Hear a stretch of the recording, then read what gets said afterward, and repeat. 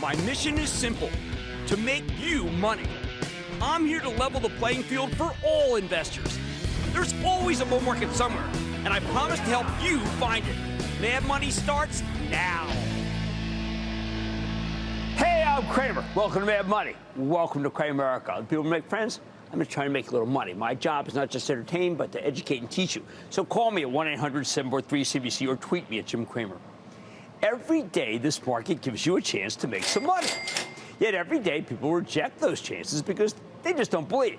They just can't figure out how stocks can do well when things are so bad out there. And things must be bad because a record 69% of the public holds a negative view of the U.S. economy, according to the latest CNBC All-America Economic Survey. So it's no wonder that same survey says that just 24% of respondents believe now is a good time to invest in stocks. That's the lowest reading in the survey's 17-year history? People simply don't feel good about the economy. But you know what? It doesn't seem to be impacting the averages, does it? The S&P's up more than 8% for the year, and today was just another day where the bears tried to push things down, but failed. Dow dipping 11 points. S&P inching up 0.09%, and the Nasdaq declining 0.04%, 0.09, 0.4, nothing. And you know what? People should not confuse their negative views in the economy with a negative view on making money in the stock market. Since when does your economic outlook have anything to do with making money in the market? We know from years of experience here, it doesn't matter where we are in the business cycle as long as you can pick the right stocks at the right prices. And the market, I must tell you, gives those prices to you all the time. Not because it is a store with great prices, but because there's a confusing amalgam of truths, half-truths, false optimism, mistakes, and those all often wind up producing fabulous opportunities for you at home. So tonight I want to parse the whole shooting match. People love to quote, for instance, Warren Buffett, especially when he says, over the short term, the market's a voting machine, over the long term, it's a weighing machine. Or to be more blunt, over the short term, the market's stupid as cardboard. Over the long term, it can be pretty smart. But in my opinion, you can be smarter. And that's the point of what I want to talk about tonight. Yes, I understand the 76% of you who think it's a terrible time to invest. You're worried about the fight over the debt ceiling or the upcoming presidential election or the bitterly divided country or the fact the Federal Reserve is relentlessly raising interest rates to crush inflation. Reasonable concerns. But keep in mind, it's not you who determines the stock price. In fact, individual investors stopped being a major factor ages ago. They bet on the wrong kinds of stocks and gave up on the asset classes en masse. This time it was bogus SPACs or miserably placed or IPOs. We've seen it all happen so many times. So it's not the home gamers who set prices, it's the professionals. And the professionals make stupid mistakes every day. Their mistakes are what I want you to think of as your opportunities. Let me give you an example because it happens constantly. As a matter of fact, I'll give you 3 of them. Let's start with a company you know I'm obsessed with, Nvidia. A year and a half ago, I made another pilgrimage to their headquarters in California to meet Jensen Huang, the Renaissance man CEO of Nvidia. Now, understand I have a tremendous level of reverence for this man. Everything we've seen, everything I've taught, everything I know about Nvidia shows me that Mr. Huang is more thoughtful, special, and filled with wonderment than any other person I've met in business, save perhaps, say, Apple and Steve Jobs, and I never got to meet Mr. Jobs. Lately, we've heard a lot about this stupid term, artificial intelligence. But we tend not to have any idea what it really means. We just like to bandy it about. Jensen explained it to me in plain English. He told me if you put enough powerful, high-speed semiconductors together, they can do incredible things. I said, like what?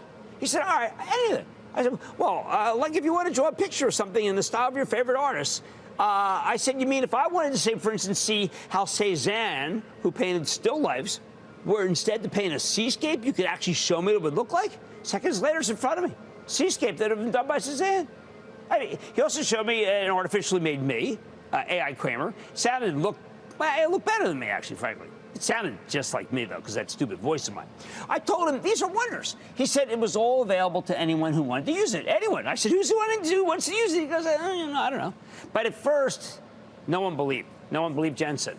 And then ChatGPT occurred. Now everyone believes Jensen. They all went in. They all went into AI, and they know Nvidia stock's been the same because their chips are what powers AI. Today, an analyst at HSBC, a brokerage firm of some renown, upgraded the stock from a sell to a buy. That's right. He initiated coverage on Nvidia with a sell rating on December 14th, when the stock was at 176. It's now at 276. I'm calling that bad timing. This was right around the time that ChatGPT started getting popular. Suddenly, clients figured out what to do with Nvidia's H100. That's the $20,000 chip that you need boatloads of if you want to do this AI stuff. It's the chip that we don't want the Chinese and have stopped the Chinese from getting. Now, in this analyst's defense, and it's tough, but I'm going to do it anyway, Nvidia's then core business of data center chips was slowing. And he was also worried about the usage of graphics cards for cryptocurrency mining. Headwinds galore. But he completely missed the story, didn't he? Since then, the stock's rallied $100. Sure, you could argue that Nvidia's nearing its highs because the last bear has finally thrown in the towel. Heard that a lot today.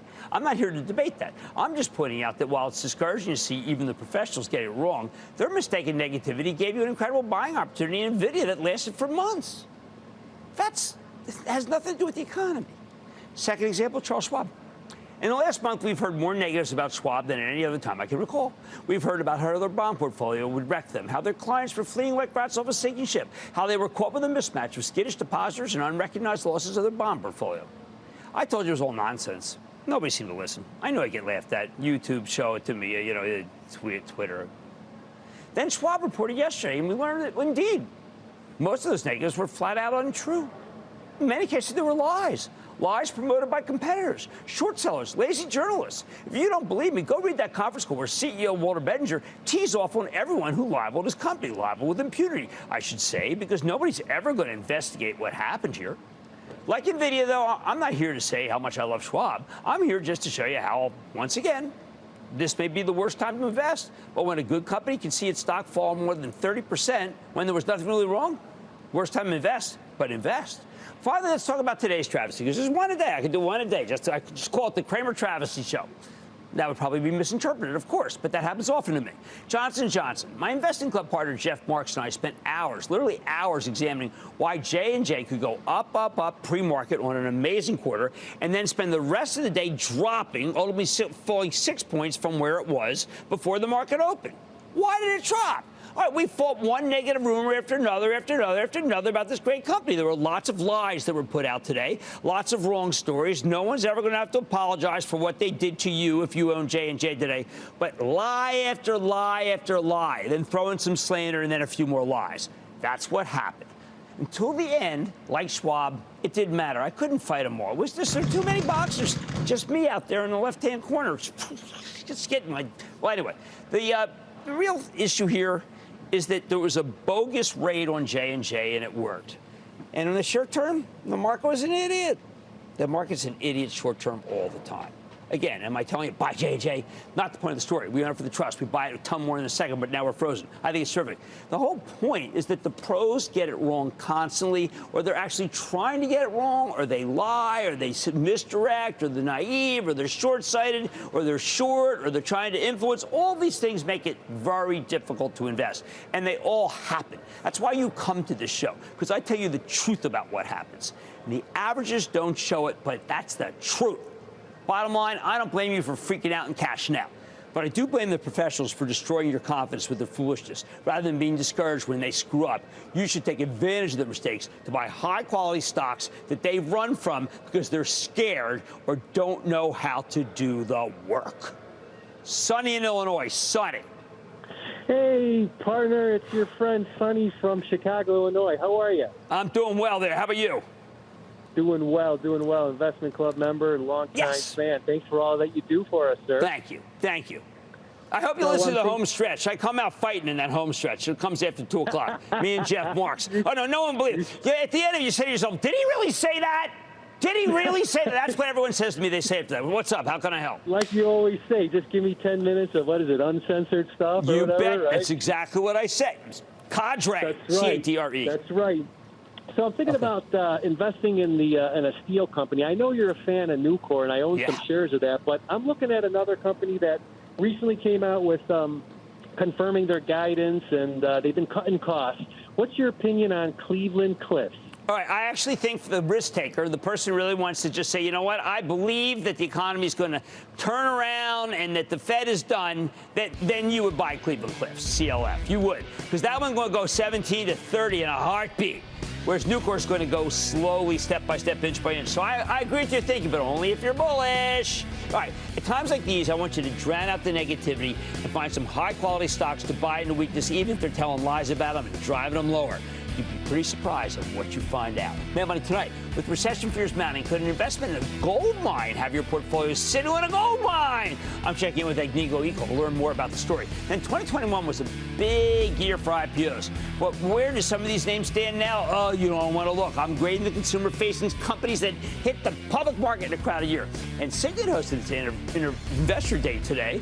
And I saw a lot of very impressive metrics. So what we're going to do is we're going to sit down with the jewelry kingpin, find out what's on the horizon with the top brass. So stay with Cramer.